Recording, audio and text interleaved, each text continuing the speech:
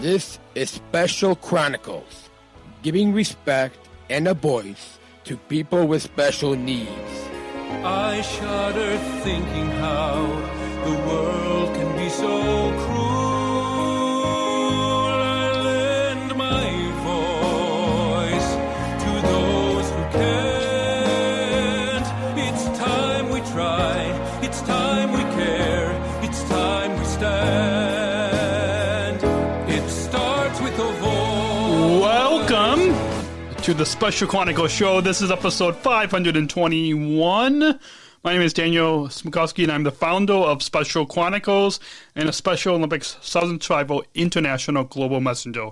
Our website, specialchronicles.com, where you can stream our archives of over 730 episodes absolutely for free, and to follow Special Chronicles on social media, Apple Podcasts, Spotify, YouTube, or anywhere you listen to your podcasts. This week on the Special Chronicles podcast, we are welcoming a returning guest to the program, Dr. Jacqueline Jodel, Chief of Global Youth and Education at Special Olympics International. So please put your virtual hands together as we welcome Dr. Jackie to back to the Special Chronicles Show. Welcome back, Jackie. Thank you so much. Daniel, it's so great to be back, and I'm glad that I'm on episode 521. Yes. Yeah, I'm excited to talk to you today. Awesome. Yeah, it's exciting. And so long-time listeners will remember, and I'll try to remember to put a link to the last episode that you were on. But if our listeners just go to specialchronicles.com, click on podcasts, and then click on Spread the Word series, they can find that last episode that you were on, because hundreds of episodes, I can't keep track of what number and what guest each guest was on. Yeah, I think not a lot of people, as our chairman Tim Shivo says, not a lot of people get to return on this podcast. And yeah, I'm honored. I'm honored as a returning guest. Absolutely. Yeah. I know Tim has been a returning guest as well. And so for our new listeners, why don't you kind of reintroduce yourself to our listeners and your connection to our Special Olympics movement? Yeah, absolutely. So my name is Jacqueline Jodel, and I oversee the global education work for Special Olympics International. And so that means that I focus on really three areas. The first area is all of the work that we have going on in schools. The second area is I get to work on youth leadership, which is one of my favorite areas. And the last area that I get to work on is supporting the Global Center for Inclusion and Education. It's based in Abu Dhabi, and it's one of the legacies that came out of our 2019 World Games in Abu Dhabi.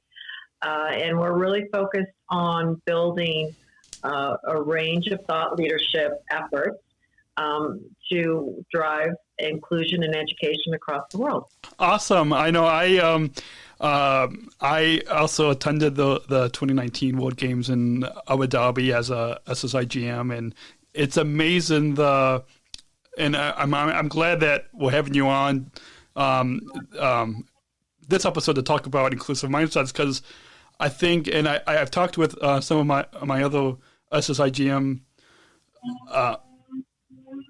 colleagues about the legacy from those World Games, about how that region refers to us as people with determination. And I think that language, which we'll talk about during the course of this episode about inclusive mindsets, but that language, and maybe even before we introduce the topic, I don't know if you want to kind of comment on, like, one of the legacies from the Abu Dhabi World Games is their language of meet the determined, of people with determination, and kind of how that relates. Absolutely.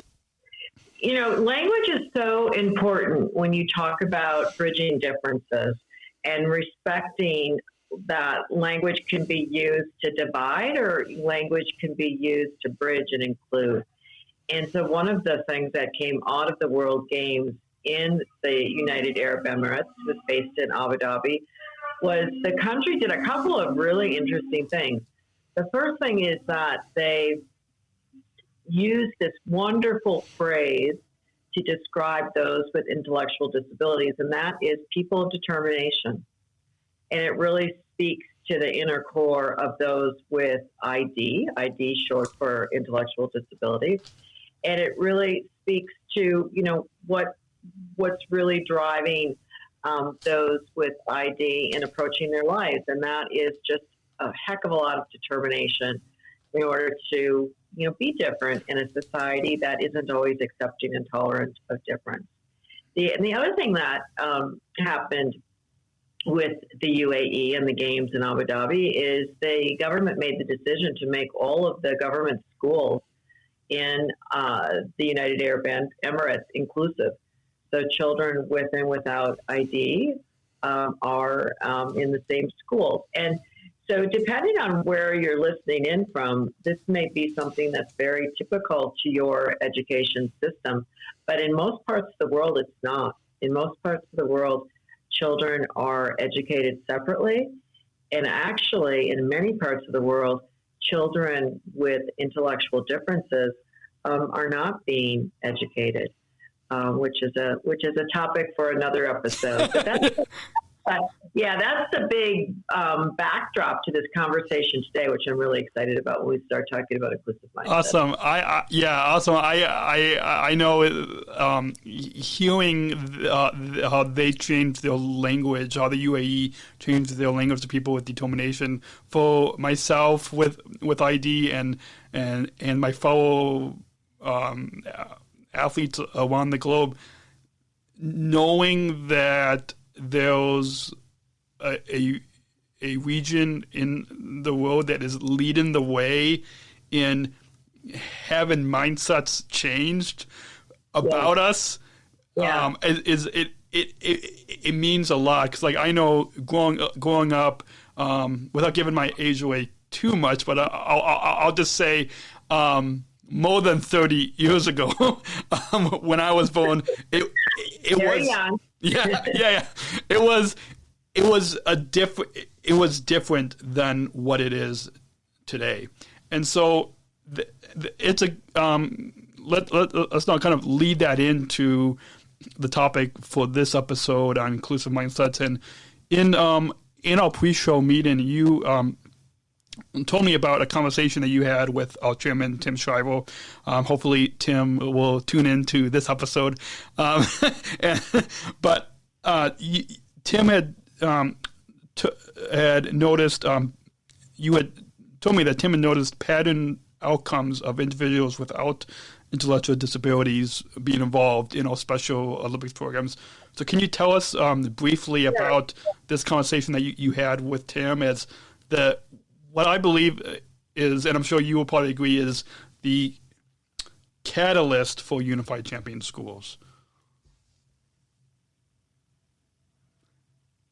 Yeah, so one of the most important conversations I had with Dr. Shriver, our chairman, when I assumed my role leading the global education work at Special Olympics, was he said, for the last 40 years, I have been watching how our programming, how the experience of Special Olympics impacts the mindsets of its participants. And just to remind our listeners, most of our programming is what we call a unified model, meaning we bring together those with and without ID, right? Mm-hmm. And by bringing people, young people, adults together, children together, with those differences, what he was seeing is these patterns across these experiences that were resulting in mindsets or different points of views being developed over time, where all of a sudden, people started focusing on not the differences, but that those really started to melt away. But they started focusing on was the similarities. And in the case of him, just specifically look at youth, he started seeing these mindsets being developed where our youth that had been through these shared experiences, Special Olympics, started just it just became like second nature, where they're welcoming to others within their peer group that may have differences, but they just seem to be very comfortable with those differences and just reached out across those differences and started to include and to embrace and really started to create a change in the school environment, like a ripple effect, where all of a sudden inclusion became actually a norm in the learning environment of schools. And, I'm an educator, or I have been an educator in my life. And one of the most important things that any student or any parent or any caregiver or any teacher knows is that if you want young people to learn, you have to create an environment that's safe. Mm-hmm. And safety in a learning setting is where all the kids feel included and they all feel valued for their contributions. And that's exactly what Tim was focusing on when he was as an observer, and he is, he is the movement's greatest educator. And he started to see that these mindsets being developed in the work, and he started saying, okay, what happens, Jackie, if we can really start to really drill in and define it exactly in terms of its core components, and then really determine a framework that would help us make it teachable. And so we would start to create, a mass effect where it's not just those who go through the Special Olympics shared experiences, but we're starting to bring it into schools. So it's part of what we do to create a community and culture and learning settings, and for that matter, any other setting. Awesome. Well, that moves us into you shared with me kind of, I guess, an early sneak peek of what is by the time this episode airs, it was recently released, is a brief that you co-authored with Tim and with Tim, along with Stephanie Jones, a professor in child development and education and director of the EZO lab at Harvard. Yeah, at the Harvard Graduate School of Education, along with our chairman, Dr. Tim Shriver. And so can you kind of give us an overview of that brief and kind of highlight the vision for understanding inclusion, which, as I'm sure many of our listeners, or some of our listeners might know, but for decades, Special Olympics has cultivated a theory and practice of inclusion that celebrates differences and harnesses individual and collective strengths to foster learning settings that are characterized by acceptance, understanding, and appreciation of others, and that Special Olympics, that our view is simple, that if we teach children to play together, they can learn, grow, and ultimately thrive together. And so I guess kind of give us an overview of this brief and define inclusion, and also what's a mindset. Can you give us a brief overview of what the whole concept, and a brief overview of what this brief is, as we define inclusion and define what's a mindset? Absolutely.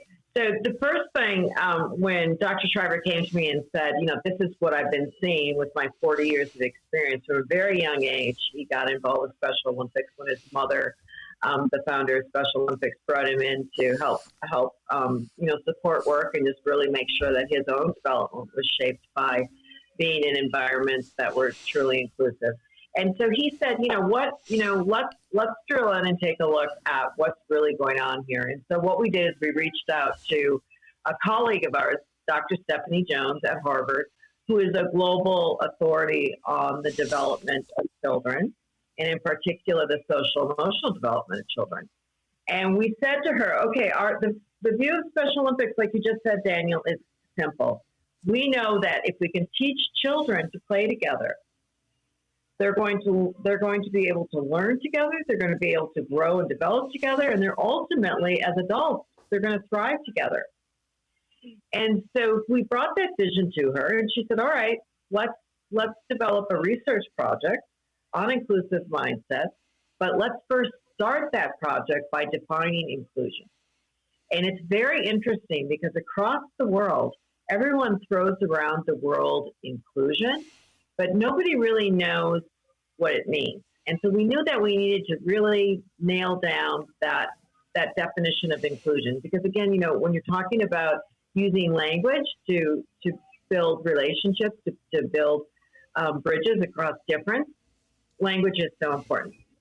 And so we defined inclusion, and we defined it very simply as, a practice or policy of providing equal access to those who might otherwise be excluded or marginalized. That's what it is, equal access.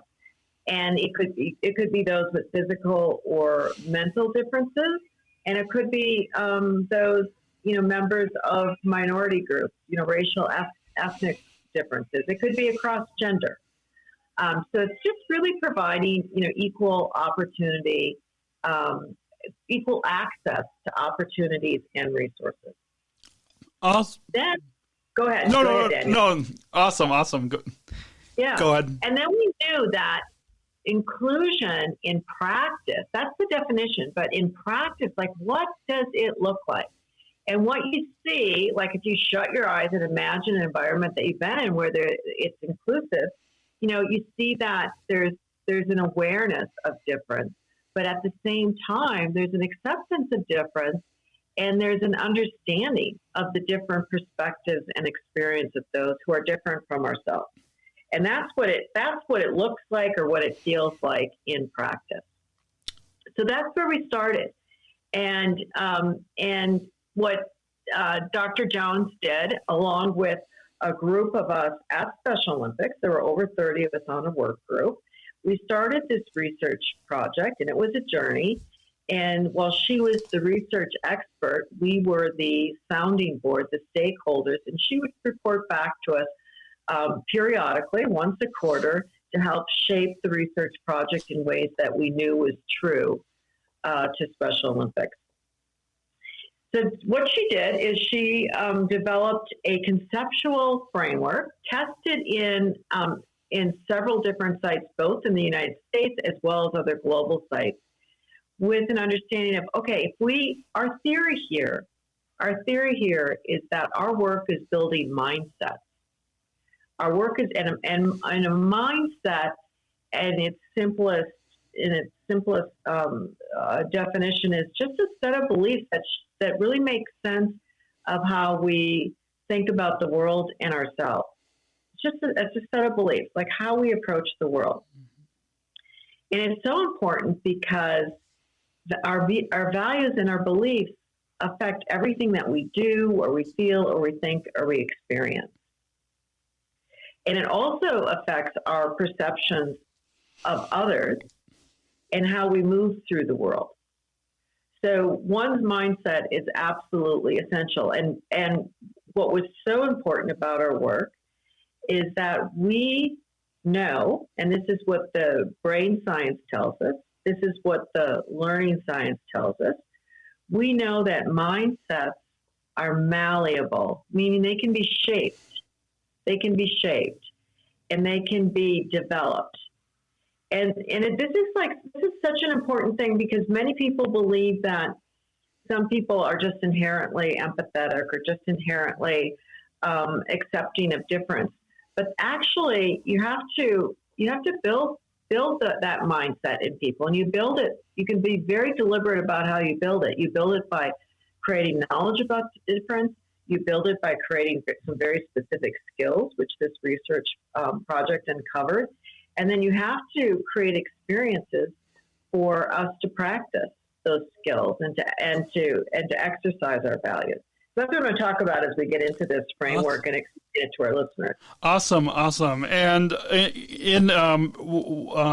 guess to wrap up this first segment, can you give us a brief overview of the core concepts of the pillars of this framework? We're going to share, for those of you just listen to the audio podcast, we're going to share an image of what these of what these pillars are on the screen. So if you just listen to the audio podcast, go watch the full video episode on YouTube, Facebook, or LinkedIn. You can find links on specialchronicles.com to watch the full video episode. And so, Jackie, do you want to give us kind of a brief overview of? Yeah, absolutely. So what the research uncovered is there are 3 essential pillars of an inclusive mindset. 3 essential pillars. The first one is the notion of universal dignity. And what universal dignity is, it's a core value that really is an appreciation for human dignity, regardless of difference. That all people, regardless of the differences that we may perceive that they have, is recognized as being valued and being worthy. And so universal dignity, it falls in what we typically in the field of, development, psychology and development is thinking of as a value or a belief. But it's really, in terms of the conceptual framework, it's the foundational piece of this framework. The second piece, the second pillar, shifts into what we know and what we're able to do. And these are really skills. And this is the ability to empathize with others as well as take the perspective of another. So empathy is very simple, just being able to understand how someone else feels and to be able to respect and appreciate how another person feels. And then not only another person, but also yourself, to be able to understand how you're feeling, what your perspectives are in a situation, when you're interacting with others. And then the third pillar is what we call courageous action. And this is absolutely essential. And this is why if Stephanie Jones was here with us today, she would say that the framework is inclusive mindset and behavior.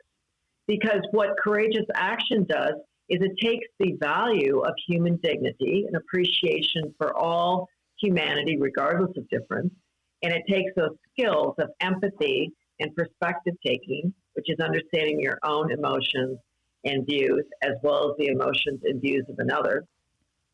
And it allows you to walk the talk. It allows you, with courageous action, to have the values and the skills that you need to stand up for someone who may be marginalized.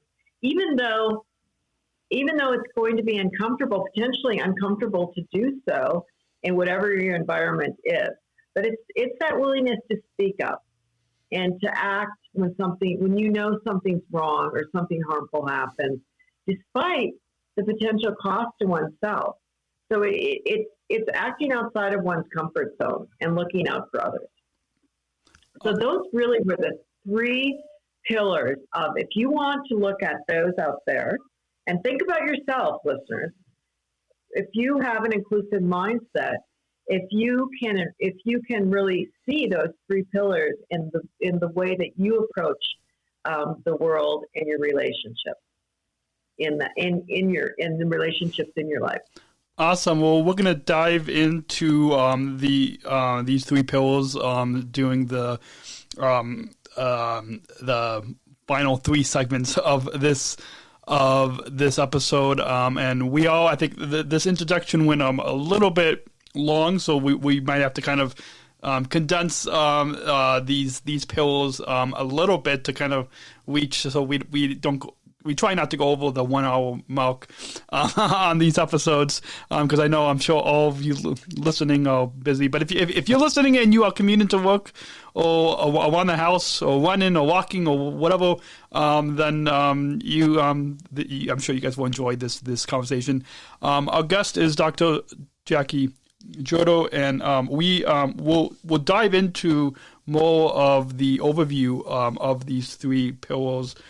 And as a roadmap, as you said, Jackie, as a roadmap for all of our Special Olympics programming to use in part of the inclusive mindsets from our sports programs, which is the foundation of the movement, but then also our health and leadership and education programs, where this inclusive mindset kind of fills all of the programs that our movement provides. And so we, as you said, we now have very clear, teachable programs with this brief, with this inclusive mindset, and that will that you are refining the work, and that the next generation of programming curriculum, and that I believe in, we'll dive more into this, but how our Special Olympics movement is really leading the way in inclusive education. So I'll leave it at that. We're going to go in and take a quick break so to let all of you listeners know how you can support this podcast. And when we come back, we will dive into the first pillar of universal dignity with Dr. Jackie Jodel, Chief of Youth and Education at Special Olympics. We'll be back after the short break on SpecialChronicles.com. Support for Special Chronicles comes from listeners like you. As an independent public media podcast, Special Chronicles will always be there for you. Now we're asking you to be there for us. As a nonprofit independent media organization, we can only make programs like Special Chronicles with listener support. Our programs provide weekly, candid, honest, and inspiring conversations about the people with disabilities community that creates awareness, support, and advocacy within each week's episode. Listeners tell us our shows are an enjoyable and necessary podcast for the intellectual and developmental disability community and everyone else who is able to listen to stories about life from a different angle. Please, if you and your family love our weekly podcasts, make a one-time, monthly, or annual gift of thanks today. Support this podcast at specialchronicles.com/give. That's specialchronicles.com/give. And we're back. Our guest is Dr. Jackie Jodel, Chief of Youth and Education at Special Olympics. And Jackie, as we dive into this first pillar, I just want to, I guess as a kind of a programming note, we have about 30 minutes left in this episode, so we'll probably have to kind of, and we've got a couple breaks to take as well, but we'll have to probably condense some of these talking points for these pillars into 30 minutes. But the second pillar on universal dignity, you talked about how it begins with the notion of that these pillars begin with this notion of universal dignity, and how this dignity you had in our pre-show planning, you had told me that how it relates to social the transition life skills that a lot of us with intellectual disabilities go through in high school and into kind of post high school, and how this creates one of the things that you highlighted on the pillar, and that we'll briefly put up on the screen for our viewers, that it creates and participate that universal dignity creates and participates in opportunities to interact with a broad range of identities. Can you tell us briefly about this first pillar? Yeah, so it's the easiest way, I think, to really understand the framework is to start with the first two pillars, the universal dignity and the empathy and perspective taking. And I've already had given a brief introduction to each of those, but just to reiterate, what universal dignity really touches upon is recognizing that everyone is worthy of respect, and that everyone has value regardless of their personal beliefs or their identity or their circumstances. And so it really involves an understanding of the fundamental rights accorded to all human beings, really a belief in the intrinsic worth of others. And you can see that given those values, that it really has a lot to do with justice and protecting the rights of other people, of others.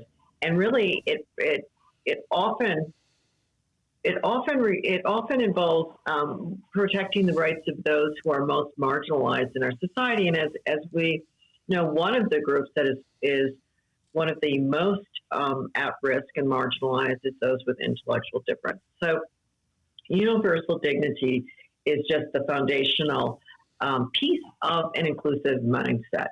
And then part of that is to shift into what we talk about in terms of, these competencies of empathy and perspective taking. And what's so interesting about empathy is everyone thinks that some people are empathetic, meaning they're sensitive to the thoughts and the views and the feelings of another, but that it's just kind of something that you're kind of born with or not born with.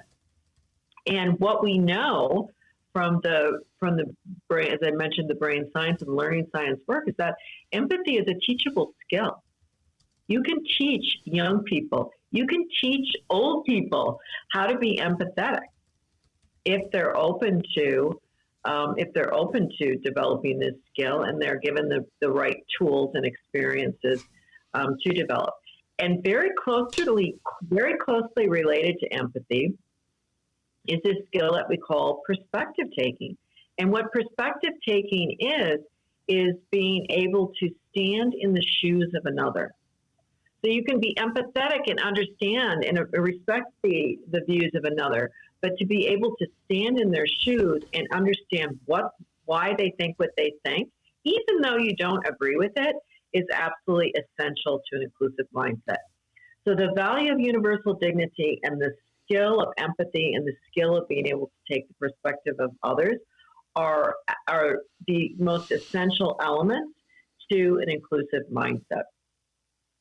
And then finally, that last pillar, again, is walking the talk.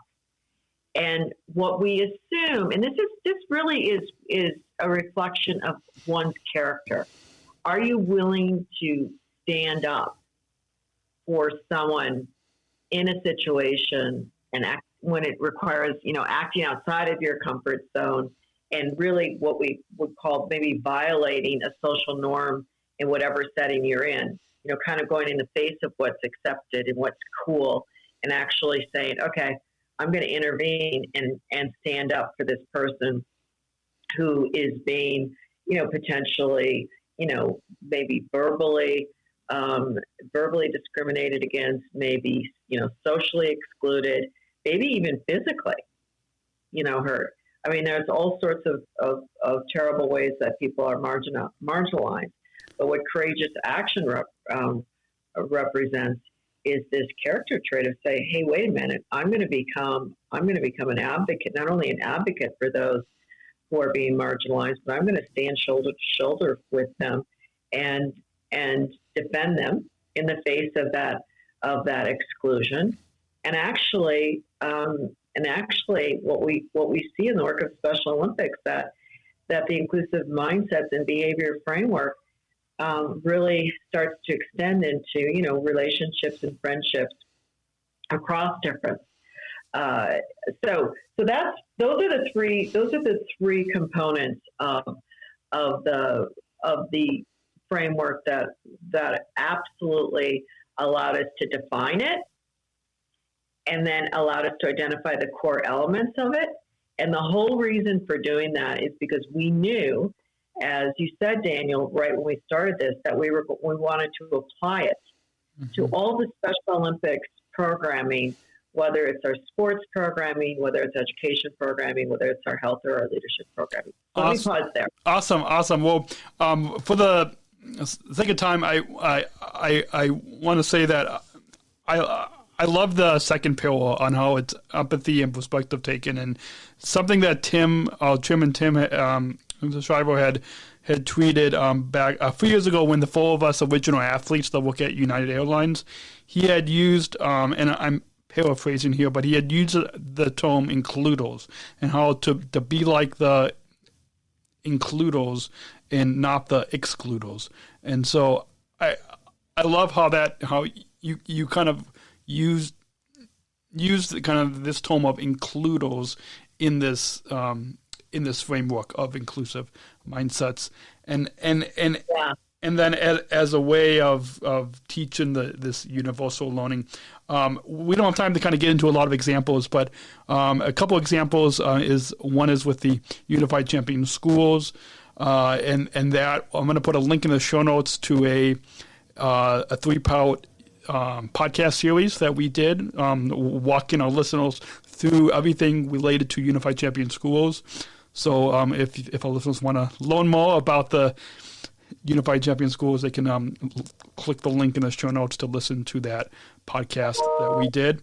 And then an example is the newly released Champions movie that just came out with Woody Harrelson. And just briefly, I did a 10-minute review on the movie when I saw it 2 days before it came out in theaters. And Woody Harrelson's character teaches the Special Olympics athletes in the movie a lesson that people with ID are brave for what society puts on us, and lessons that they are champions no matter if they win or lose in the game and in life. So I don't, if you want to, and then the other example is this. Yeah, that's a great example of courageous action, right? I mean, it's a great example of courageous action that, we don't want to give away the movie, but by the end of the movie, he starts to walk the talk, and you can see the journey for Woody Harrelson's, character in the movie as he starts to shape his own mindset as he gains more and more experiences with those with ID. I want to touch on your Tim's language, Dr. Shriver's language, includers, which I love. What's so important about the inclusive mindsets and behavior framework is that many of the diversity, equity, and inclusion frameworks that are out there, what they really tend to do is create fear and shame among the includers. The includers are those who, in the case of Special Olympics, are without intellectual differences and are choosing to include those with intellectual differences. So often what we see is DEI initiatives, diversity, equity, inclusion initiatives, that create this fear and shame among the includers. And as a result, it ends up creating more division than it's intended to do. What Special Olympics has done by bringing together those with and without ID is we've created these incredible experiences where you have, because they are shared experiences.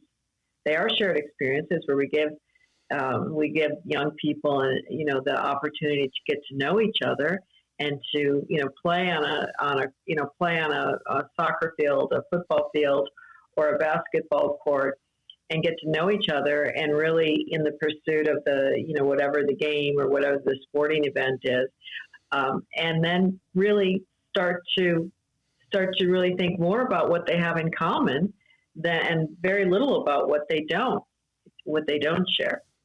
And so I think this is one of the most important things to understand about this framework is that we create not fear and division, but we create, acceptance and inclusion. And it goes well beyond tolerance of difference. Yeah. It goes on to acceptance and even embracing difference. Yeah, awesome. Another 2 quick examples before we move into our final sponsor break, and that in the final segment to wrap up this this episode, our time together, is one example from when I was in my school years. I was bullied in schools. In school from peers not understanding me, and a few classmates had stood up for me.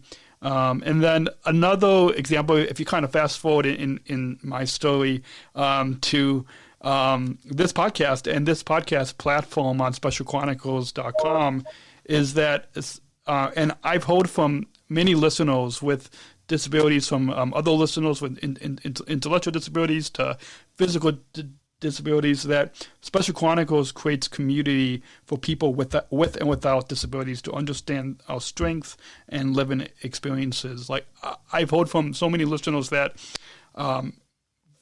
with the disability that they are diagnosed with, they feel alone.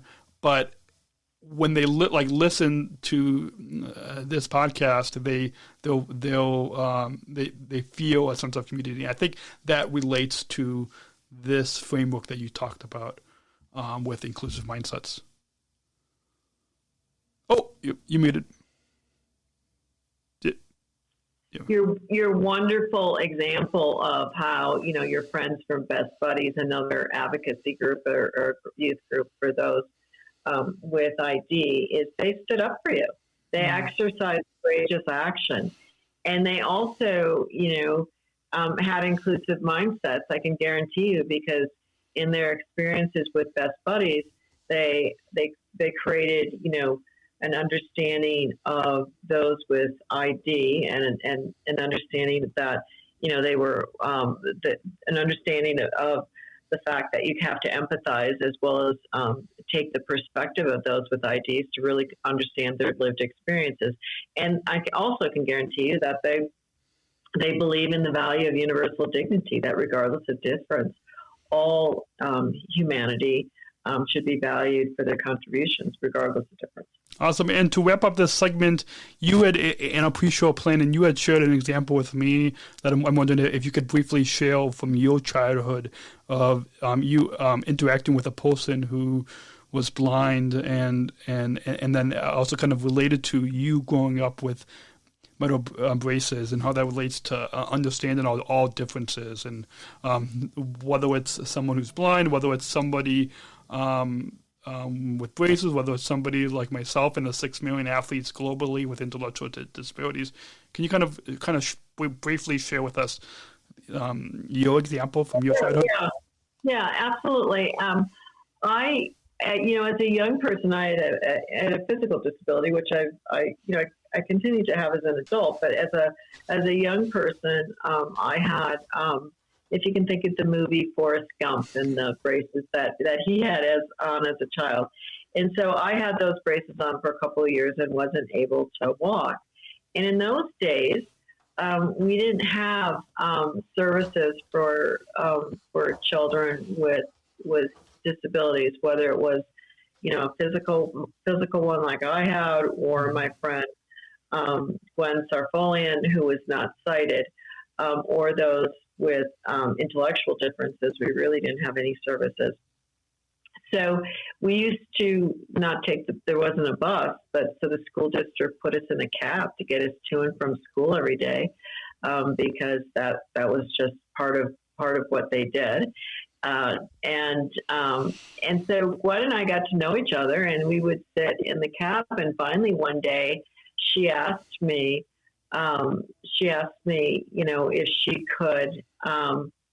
if she could touch my face and if she could touch my legs where I had the braces, because she wanted to understand my difference. She wanted to understand why I was in the cab with her, because she knew that I was sighted. So I said, okay. I was just like a little kid, like 8, 9 years old. I said, sure. And so she felt all the different braces and screws and metal and, the shoes and everything. And then she felt my face to kind of put that all together.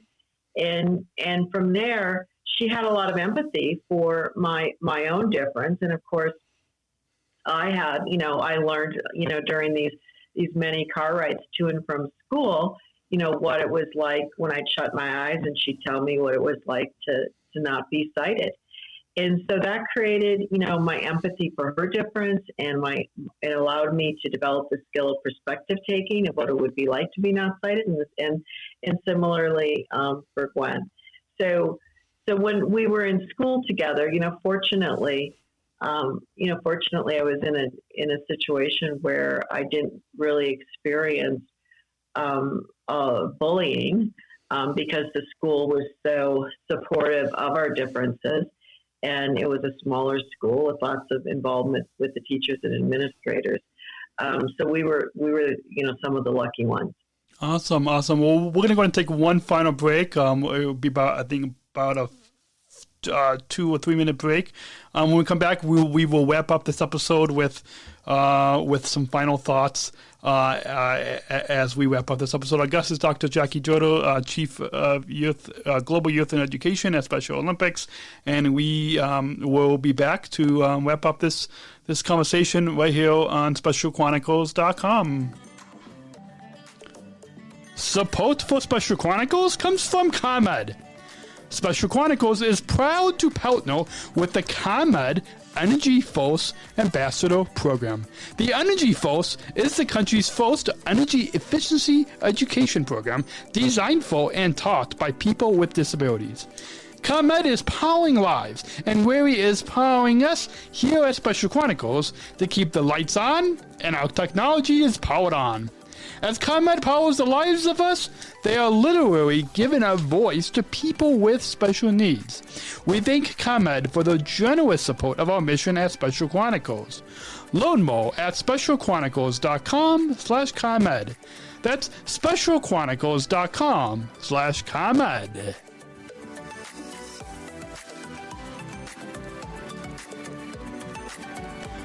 Support for Special Chronicles comes from United Airlines Bridge Disability Business Resource Group.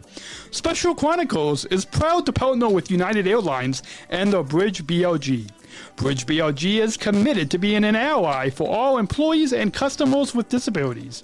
Bridge helps to create internal awareness to keep accessibility needs in mind and partner with key organizations to empower disability inclusion for employment and travel. Bridge, connecting people of all abilities. Book your travel today on United.com or on the award-winning United app. Learn more on United's commitment to disability inclusion for employment and travel at specialchronicles.com/United. That's specialchronicles.com/United. Special Chronicles is hosted by Podbean Podcast Hosting, the easiest, most affordable option to get started in podcasting. At Special Chronicles, we proudly host our weekly podcast with Podbean and highly recommend you use Podbean Podcast Hosting to get started in podcasting today. Sign up for an unlimited hosting plan and get 1 month free now to get started in podcasting today when you visit specialchronicles.com/Podbean. That's specialchronicles.com/Podbean. Our live streams are powered by StreamYard, the easiest way to create professional live streams. StreamYard is a live streaming studio in your browser. Interview guests, share your screen, and much more. Stream directly to Facebook, YouTube, LinkedIn, and other platforms. Sign up for StreamYard today using our StreamYard referral link when you visit specialchronicles.com/StreamYard. That's specialchronicles.com/StreamYard.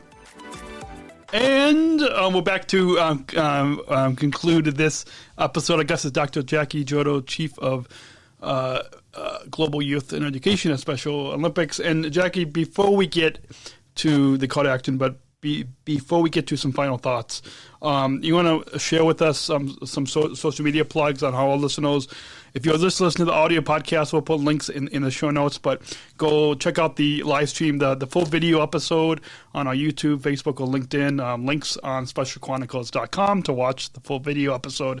But do you want to let us know on where people can learn more about Special Olympics Unified Champion Schools and the education work? Yeah, so I encourage everyone, you can definitely go to my LinkedIn profile, which is Jacqueline/Jodel. So it's linkedin.com/IN/Jacqueline-Jodel, Jodl, is the spelling of the last name. And you'll see that this brief is actually on my website. You can also just Google Special Olympics Youth and Education, and you'll come up to our website and enter our website, and which is part of the Special Olympics website, and you'll see this brief will be featured as well, and you'll be able to learn more about Unified Champion Schools as well as our youth leadership work, and then of course our Center for Inclusion in Abu Dhabi. Awesome. And before we get to that final question, do you have any final thoughts on your overall time? This is your second time on this podcast, but do you have any final thoughts on your overall time today on the Special Chronicles show? Absolutely. I think that the final thought is that the whole reason for us to do this at Special Olympics is the next step, which we're going to be doing during the next 2 years, and that is applying the framework to all of our curriculum, all of our programming across the world. So we can be very intentional about teaching inclusive mindsets and behaviors because we know we have the experiences as part of Special Olympics programming, but we're going to be a little bit more thoughtful about providing the knowledge and the skills for all of our athletes and all of our other volunteers within the Special Olympics movement. Awesome. And then, go ahead, Daniel. I was just going to say, so it seems like, and I guess what I've gained as the host of this podcast from talking with you today, and that I'm sure our listeners will as well, is that when we talk about inclusive mindsets, and that our listeners will, and everyone in our movement will know that we're not just talking about our education work, even though you're leading the education work, but also I don't know if our listeners our viewers can see, I'm wearing an athlete leadership polo, and so it goes beyond the education. Go across the Special Olympics footprint, absolutely, and we hope that other organizations that are committed to inclusion, whether it would be any organization to support youth development, whether it's associated with intellectual differences or not, all youth development organizations embrace this framework as a way to teach young people about how to include and how to develop mindsets that just automatically default to inclusion, not exclusion. Awesome. And so to introduce this final question that we all kind of tweaking to kind of conclude with a call to action that we want to let all of you listeners to kind of not just take in this educational inclusive mindsets information that Jackie has shared with all of you listeners, but we really want to leave you with a call to action to go out into your community, go out into your schools and your workplaces to kind of build upon this inclusive mindsets. So to introduce our final question, let's go ahead and roll that bumper. We're not just athletes. We are the ambassadors of an uprising. Peaceful protesters. In a rebellion against anyone who has a fear of difference. Difference. Our demands are equality, dignity, and the recognition of our shared humanity. We will not stop or accept anything less. Today, our world is more divided than ever. And coming together has never been more urgent. The revolution is inclusion. Find out more at jointherevolution.org. So, Jackie, as this kind of final question came about that I've been concluding all of these podcast episodes with for the past 5 years, is I started asking this question about defining inclusion ever since I attended the 2019 World Games in Abu Dhabi, which it's kind of it makes this episode kind of come full circle, because that's kind of how we kickstarted this at the top of the hour. But to kind of introduce this call to action that we want to leave our listeners with is that I'm sure many of our listeners have inclusive mindsets. I know in even some of our very early listeners, they might not have had an inclusive mindset, but their perspective changed by listening to this podcast. And so I'm sure as we start to use this language of inclusive mindsets and defining it and linking it to inclusive behaviors, and and really encouraging that this universal dignity and human relationships meaning for us, for our listeners to really walk the talk that people are wired to learn. So the question of the day, and the question that we're going to leave our listeners with, and I'll let you kind of share our call to action, but the question of the day is, do you have an inclusive mindset? You kind of want to share with our listeners this call to action? Yeah, absolutely. So I challenge all of us listening here today to reflect on oneself and ask, do I have an inclusive mindset? Do I believe in the universal dignity of all? Am I able to empathize with those who have differences from myself? Am I able to take the perspective of those who have differences from myself? And finally, am I able to take those two things, universal dignity and empathy and perspective taking, and am I able to stand up and demonstrate courageous action for those who are being marginalized? I suspect most of our listeners can say yes. And this podcast is one of the important tools that we have out there to help build mindsets, to help build an understanding of what's involved in a mindset, to give us the tools to demonstrate that courageous action.